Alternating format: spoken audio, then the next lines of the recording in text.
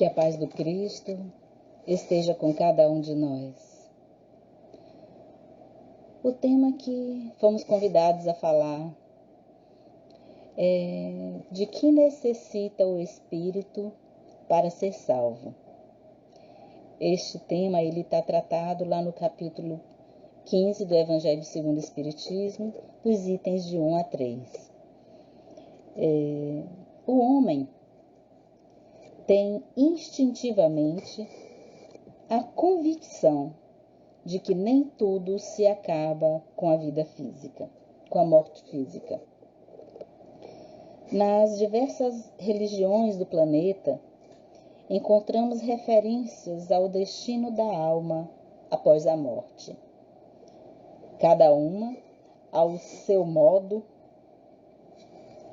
destaca a felicidade que aguarda os bons e os suplícios reservados àqueles que se devotaram ao mal na vida terrestre.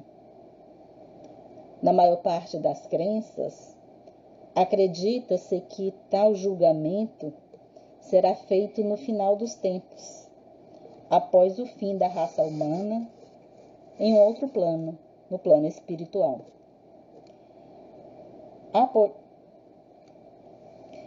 Porém, são muitos os que creem que ainda vivos poderão estar sendo julgados, como os cristãos que esperam a vinda do Messias por uma segunda vez, crendo que poderão receber a recompensa prometida por Jesus ainda em vida. Para o Espiritismo, o juízo final é uma alegoria das religiões tradicionais e é o que chamamos em Espiritismo do processo de regeneração da humanidade. Acreditamos que não há juízo final. Há sim períodos de turbações que são necessárias no mundo e que visam ao aperfeiçoamento das condições naturais do mundo e também ao aperfeiçoamento intelectual e moral das pessoas que nele habitam. O momento em que nós estamos passando é um desses momentos de turbação e nós vimos a quantos aprendizados nós estamos sendo convidados a fazer nesse momento. Quando Jesus encarnou no planeta, ele já se encontrava em um estágio de provas e expiações. E ele nos convidava à vivência dos ensinamentos transmitidos aos homens por Moisés e pelos profetas. E nós encontramos lá no conhecido Sermão da Montanha as bem-aventuranças que ele prometia e a felicidade futura que aguardava aqueles que vivenciassem as leis divinas. Nós vamos encontrar lá no Evangelho de Mateus, no conhecido Sermão Profético, onde o evangelista relata uma fala de Jesus quando ele nos fala dos acontecimentos futuros. Alguns deles ocorreram logo depois, como a sua crucificação e a sua ressurreição, e a perseguição sofrida por seus seguidores. Outras profecias de Jesus, elas ocorreram depois, como a destruição do Templo de Jerusalém e a dispersão dos judeus.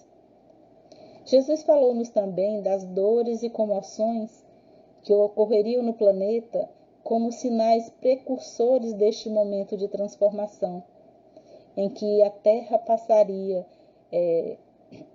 por um momento de separação entre os bons e os maus.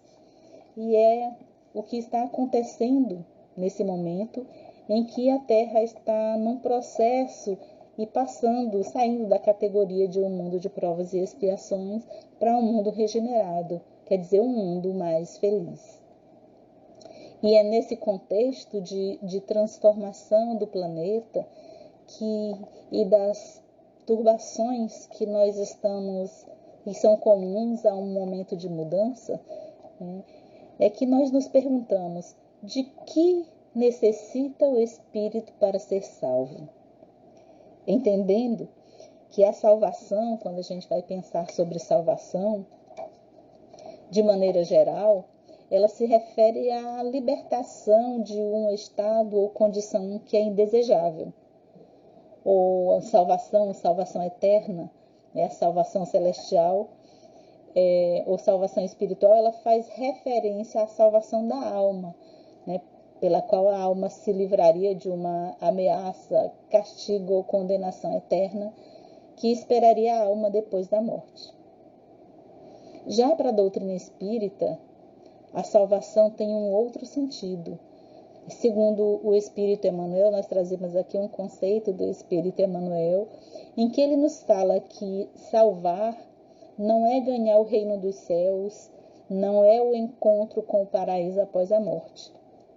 A salvação é a libertação de compromissos espirituais, é a nossa regularização de débitos ante as leis divinas. Este assunto, né, como nós dissemos, ele é tratado por Allan Kardec, lá no capítulo 15 do Evangelho segundo o Espiritismo, cujo tema é fora da caridade não há salvação. Quando Kardec nos esclarece que fora da prática do amor, da caridade de uns pelos outros, nós não seremos salvos do resgate das complicações criadas por nós mesmos, através das brigas, das violências, exploração, desequilíbrios, frustrações e muitos outros problemas que fazem a nossa infelicidade. Nós vamos encontrar lá no capítulo 25, lá no item 31 do Evangelho de Mateus, a passagem em que Jesus nos fala sobre este momento de transformação. E aí, essa passagem ela se encontra também lá no capítulo 15, no item 1 do Evangelho segundo o Espiritismo. E ele começa falando nesse momento, né, mas quando vier o Filho do Homem, na sua majestade, e todos os anjos com ele, então se assentará sobre o trono de sua majestade. E serão todas as gentes congregadas, reunidas diante dele. E separará uns dos outros, como o pastor aparta os cabritos das ovelhas. E assim porá as ovelhas à direita e os cabritos à esquerda. Então dirá o rei àqueles que onde está a sua direita: Vinde, benditos de meu Pai, possuí o reino que vos está preparado desde o princípio do mundo. Nessa passagem, Jesus ele se refere à época em que o Evangelho estará conhecido por todos os povos da terra, quando os povos já estarão esclarecidos, de modo que ninguém possa alegar ignorância das leis divinas. Serão então iniciados os trabalhos, né, de purificação do nosso planeta, com vistas a passá-lo para a categoria superior. As ovelhas a que Jesus se refere, nós sabemos que as ovelhas elas têm uma característica de maior docilidade, maior obediência. Então elas simbolizam os espíritos já evangelizados, livres do egoísmo e do orgulho, dos vícios e do hábito da prática do mal, já vivenciam o amor. Os cabritos ou os bodes, a gente encontra em algumas versões do Evangelho, nós sabemos que os bodes eles têm uma característica de serem animais mais difíceis de serem domados, de serem cuidados, né? De serem obedientes. E eles simbolizam aqui nessa passagem os espíritos que não sentem ainda, mas rebeldes, e que não sentem ainda o desejo de vivenciarem os preceitos evangélicos e que se comprazem ainda no mal e na ignorância. Nós tomando em sentido particular a separação que Jesus fala nessa passagem, né, a separação dos bodes, das ovelhas, dos espíritos já obedientes às leis divinas e os espíritos rebeldes, né? No sentido particular, essa separação que Jesus se refere, ela é feita diariamente. Ela não é feita em um momento específico, pois logo que um espírito desencarna, ele é levado automaticamente para as regiões do mundo espiritual a que ele tiver feito jus, segundo o modo pelo qual ele aplicou sua vida na Terra. Então, ele irá para as regiões felizes ou para as regiões, né, menos felizes, conforme o seu merecimento, ou conforme aquilo que ele cultivou ainda quando encarnado.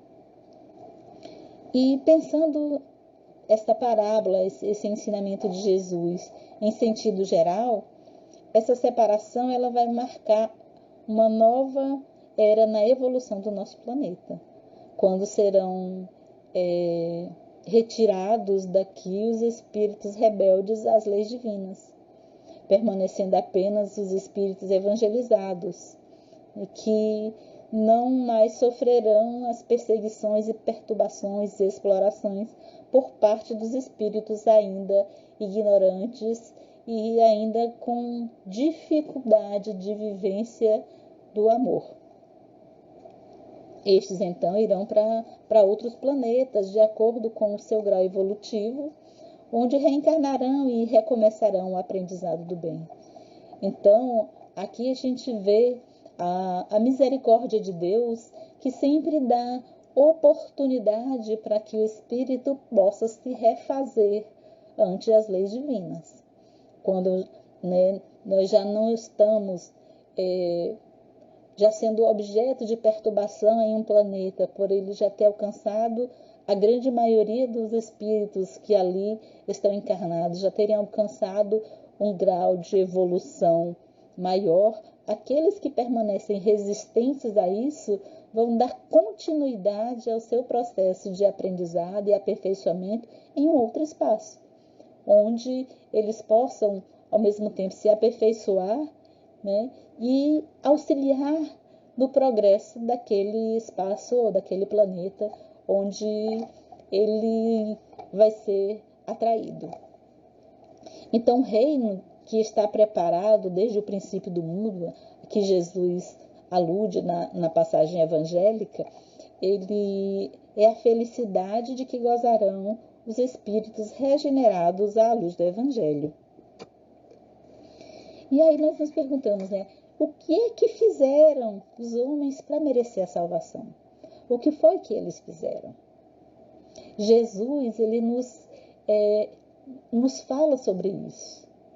Lá na continuidade dessa passagem do Evangelho de Mateus, ele fala assim: porque eu tive fome e me destes de comer, tive sede e me destes de beber.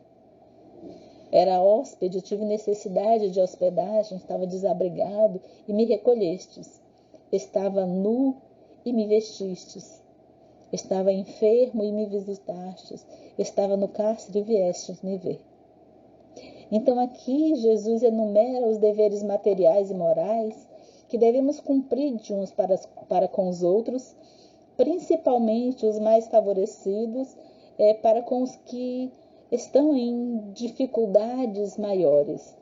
Então, essa aplicação da lei de fraternidade é a aplicação da lei de fraternidade. Dar de comer ao que tem fome, não somente por meio da esmola, como também lhe proporcionando o trabalho em que ganhe honestamente o seu pão de cada dia. Dar de beber ao que tem sede, isto é, instruí-los nas leis divinas, combatendo a ignorância e iluminando a sua alma. Era hóspede e me recolhestes, isso quer dizer, jamais desamparar quem quer que seja, e sempre estender mão amiga a todos os necessitados, nunca fazendo acepção de pessoas. Estava nu e me cobristes, isto é nos compadecermos com a situação penosa em que alguém se encontra. É fazer tudo para ajudá-lo nas provas pelas quais ele passa. estava enfermo e me visitastes, é o que ele fala, né? E nós sabemos que visitar enfermos é uma virtude cristã, que tanto é bom para o enfermo, como para quem a pratica, principalmente se aquele que vai visitar tem o cuidado de visitar os enfermos desamparados, levando-lhes o conforto das palavras amigas e consoladoras. Esse procedimento, ele geralmente fortifica a nossa alma, a alma do visitante, né, contra as tentações, além de contribuir para diminuir o nosso orgulho que trazemos no coração. E é importante também para o enfermo, por despertar nele a paciência, a resignação e a coragem. A visita a alguém que esteja no cárcere, né? A gente sabe que visitar os encarcerados é uma outra virtude cristã. Geralmente, os irmãos, quando estão encarcerados, são irmãos que muitas vezes erraram dolorosamente. E o conforto das visitas que lhes são feitas, ele pode contribuir para despertar nesses irmãos o desejo de regeneração e de reconciliação com as leis divinas. Quantas pessoas que passam por esse processo doloroso, e que saem de lá com o desejo de mudança de vida. Então, como vemos aqui, Jesus nos ensina o que devemos fazer para auxiliar aqueles irmãos que estejam passando por dificuldades maiores que as nossas. E como é que nós devemos agir para com todas as pessoas.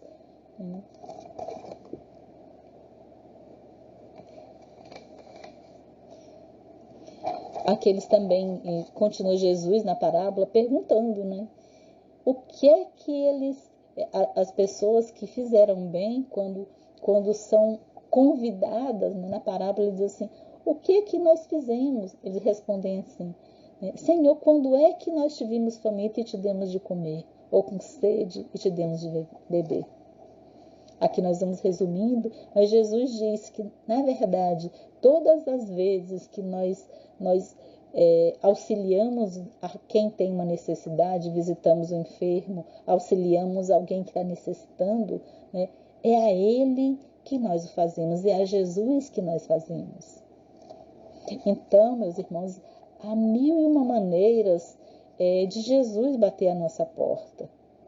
Ele, como um amigo devotado dos sofredores de todo o mundo, ele faz deles o seu representante na terra.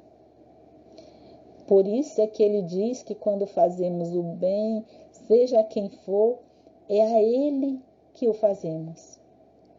Um doente a quem nós confortamos, um preso que visitamos, um ignorante que esclarecemos, todos são meios de cumprirmos com os preceitos de Jesus e de lhe demonstrarmos que estamos aproveitando as lições que ele nos trouxe,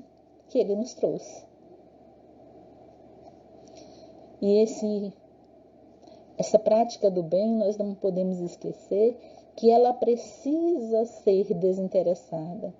Precisa fazermos sem esperarmos nada em troca, nem a mínima recompensa. E isso a gente só vai conseguir fazer com o tempo, pela prática,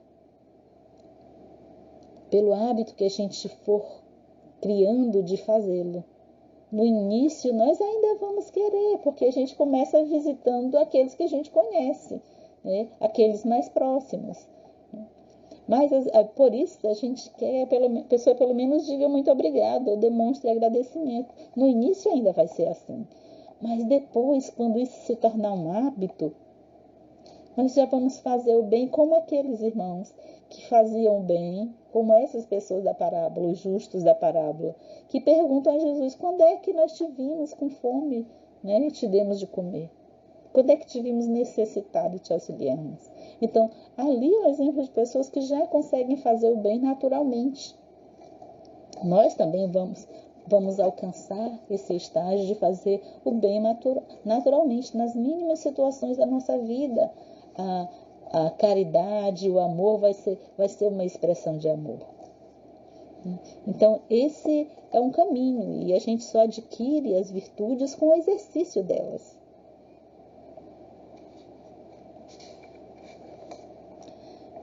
Na parábola, ele continua: aqueles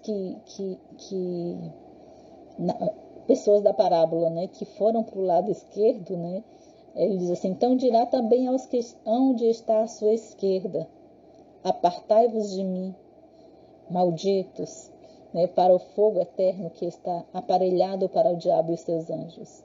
Aí ele vai falando: porque eu tive fome e não me deste de comer, tive sede e não me deste de beber. Então, todas aquelas mesmas coisas que ele agradece a alguns, né, que conseguiram vivenciar os ensinamentos de Jesus, de assistência ao irmão, estes deixaram de fazer. E eles perguntam a Jesus: mas o que nós fizemos para merecer essa sorte tão triste? Né? Ele diz assim: então eles responderão, dizendo: Senhor, quando é que nós tivemos faminto, com fome ou necessitado e deixamos de te assistir?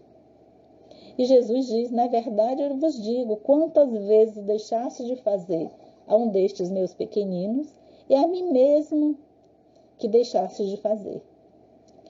E irão estes para o suplício eterno, e os justos para a vida eterna. Nós sabemos, né, que aqueles que não querem seguir as leis divinas, eles encontram sempre uma desculpa. Quando nós não queremos seguir as leis divinas, a gente sempre encontra uma desculpa. Na nossa má vontade, né, sempre tem uma desculpa. No orgulho, na vaidade, nos preconceitos, né, nosso comodismo, no nosso egoísmo. Então, todos esses sentimentos que ainda fazem parte da nossa alma, ainda fazem parte de nós, desviam a nossa alma do cumprimento dos preceitos evangélicos. É por isso, né, que há uma verdadeira necessidade que nós vigiemos e oremos, para que a gente não repila aqueles que Jesus nos envia para socorrermos em seu nome. Porque muitas vezes esses irmãos batem à nossa porta.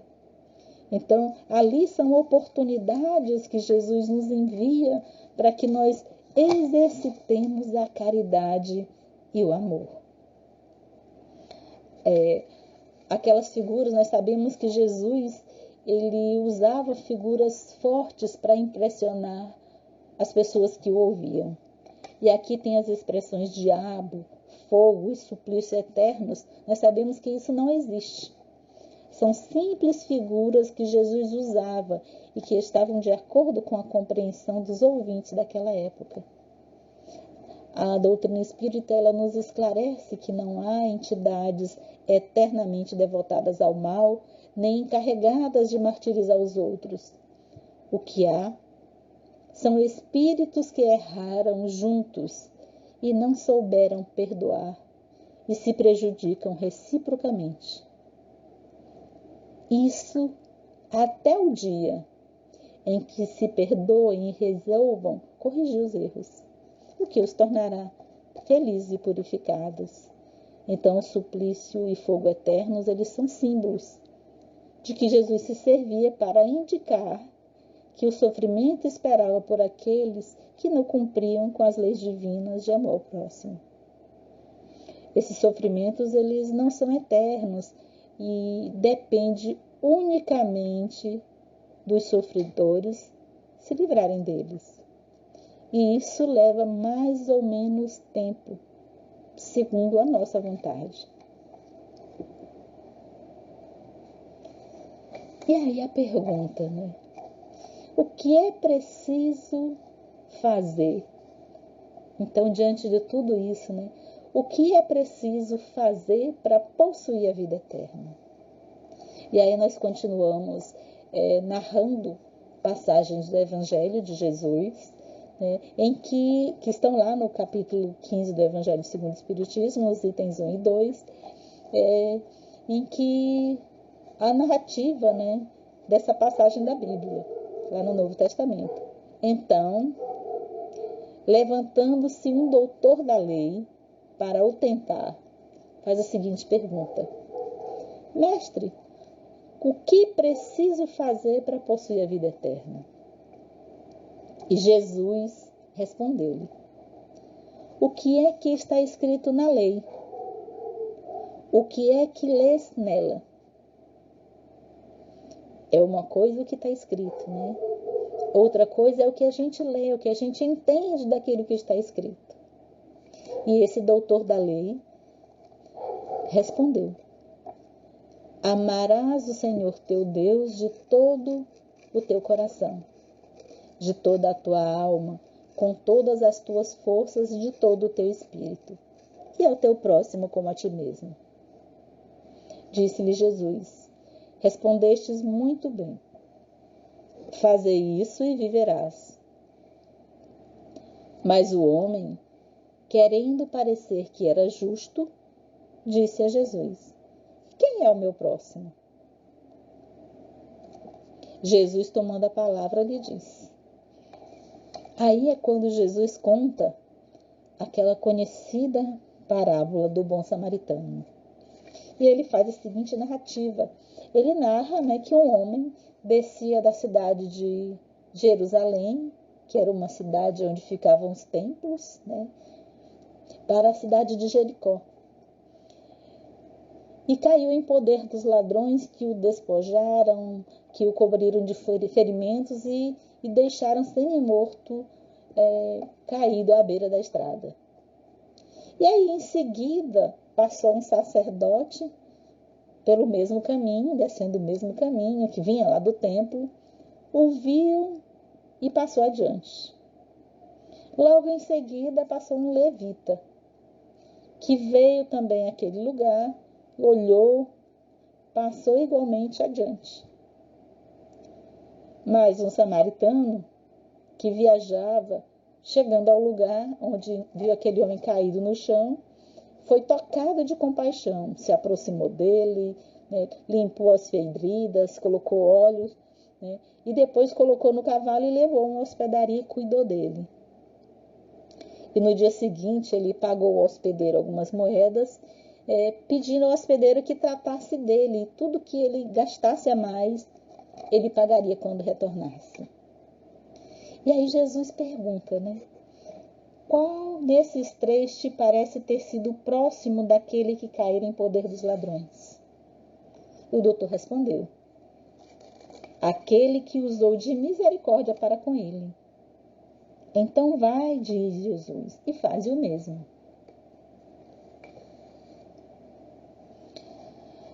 Merece toda a nossa atenção, então, né, e um estudo profundo e meditação nessa parábola, em que Jesus nos mostra que Deus olha igualmente e com paternal carinho por todos os seus filhos, qualquer que seja a sua pátria, né, qualquer que seja o idioma que falem, qualquer que seja o culto que professem.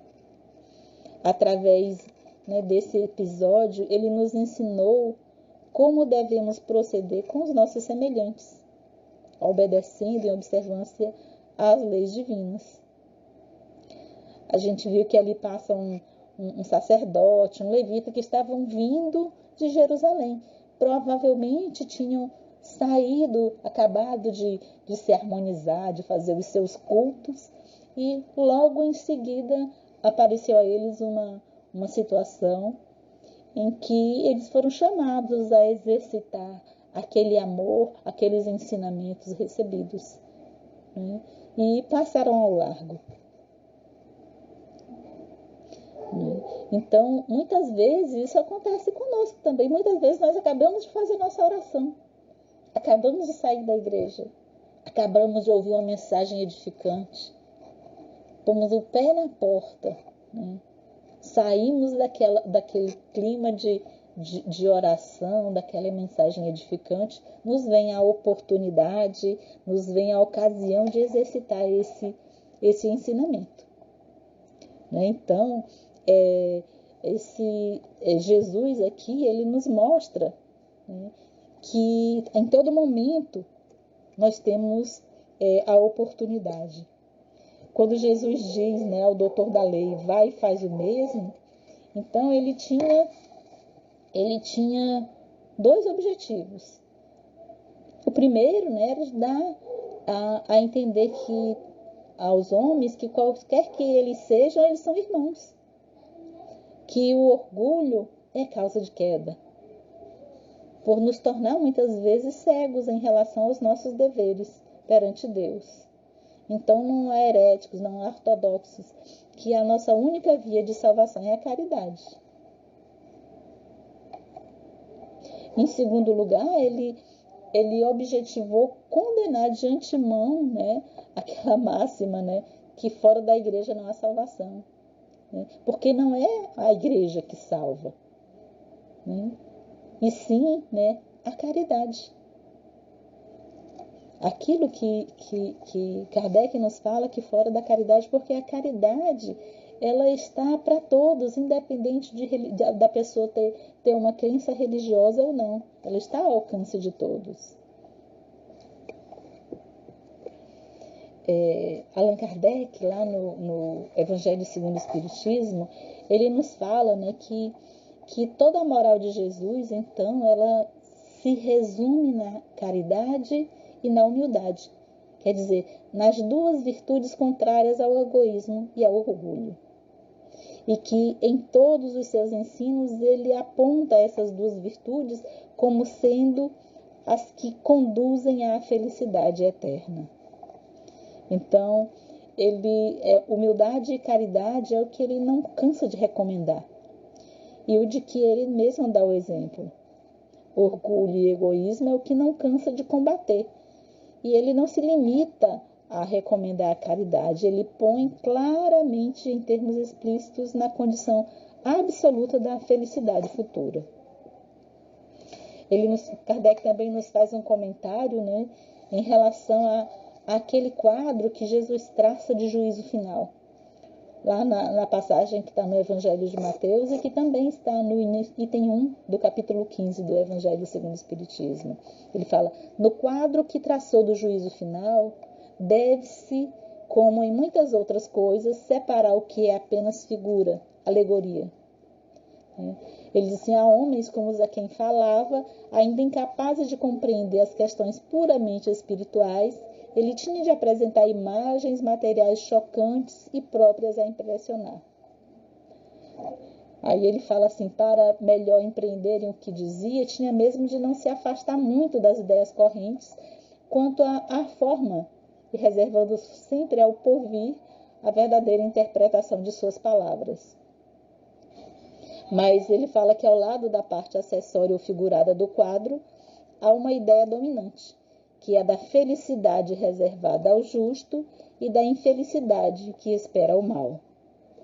E aí ele pergunta, né, que naquele quadro de julgamento supremo, quais são os considerandos da sentença? Né, naquele quadro do julgamento que Jesus coloca lá. Sobre o que se baseia a sentença? Ele pergunta, o juiz, pergunta porventura o juiz, se a pessoa preencheu tal ou qual formalidade, se observou mais ou menos tal ou qual alguma prática exterior. Aí ele fala, não. Ele inquire tão somente de uma coisa, se a caridade foi praticada e se pronuncia assim, passai à direita, vós que assististes os vossos irmãos, e passai à esquerda, vós que fostes duros para com eles. Informa-se por acaso da sua fé? Ele faz distinção entre o que crê de um modo e o que crê de outro? Não, porque Jesus coloca o samaritano, considerado herético, mas que pratica o amor do próximo, acima do ortodoxo, que falta com a caridade. Então ele não considera a caridade apenas como uma das condições para a salvação, mas como a condição única. E ele afirma, que se houvessem outras condições a serem preenchidas, ele teria falado. Desde que ele coloca a caridade em primeiro lugar, então é que ela implicitamente abrange todas as outras. A humildade, a brandura, a benevolência, a indulgência, a justiça. e porque é a negação absoluta do orgulho e do egoísmo. E aí, né, para a gente concluir esse nosso momento, trago uma reflexão feita por Emmanuel, a partir dessa passagem do Bom Samaritano, né, que se chama Na Intimidade Doméstica.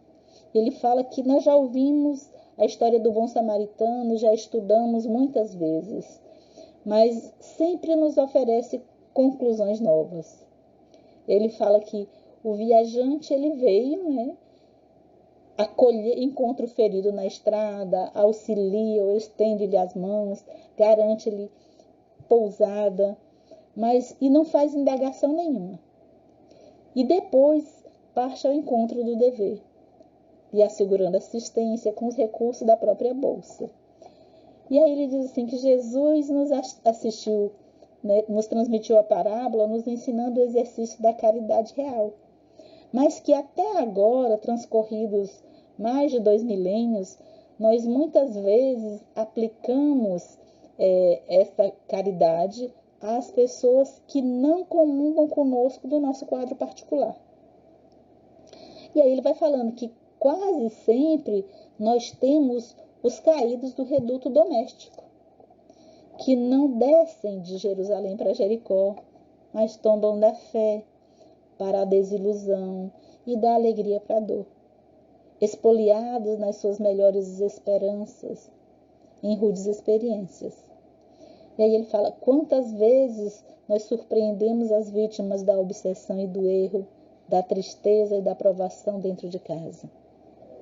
Julgamos assim que a parábola do bom samaritano, ela produzirá também efeitos admiráveis, toda vez que nos decidirmos a usá-la na vida íntima, compreendendo e auxiliando os vizinhos e companheiros, parentes e amigos, sem nada exigir e sem nada perguntar. Quer dizer, esse é um chamamento a que nós exercitemos a caridade não só fora de casa, mas que nós iniciemos no ambiente doméstico, que é a nossa primeira oficina, onde somos chamados a exercitar a caridade que Jesus nos ensinou. Que Jesus nos abençoe a todos.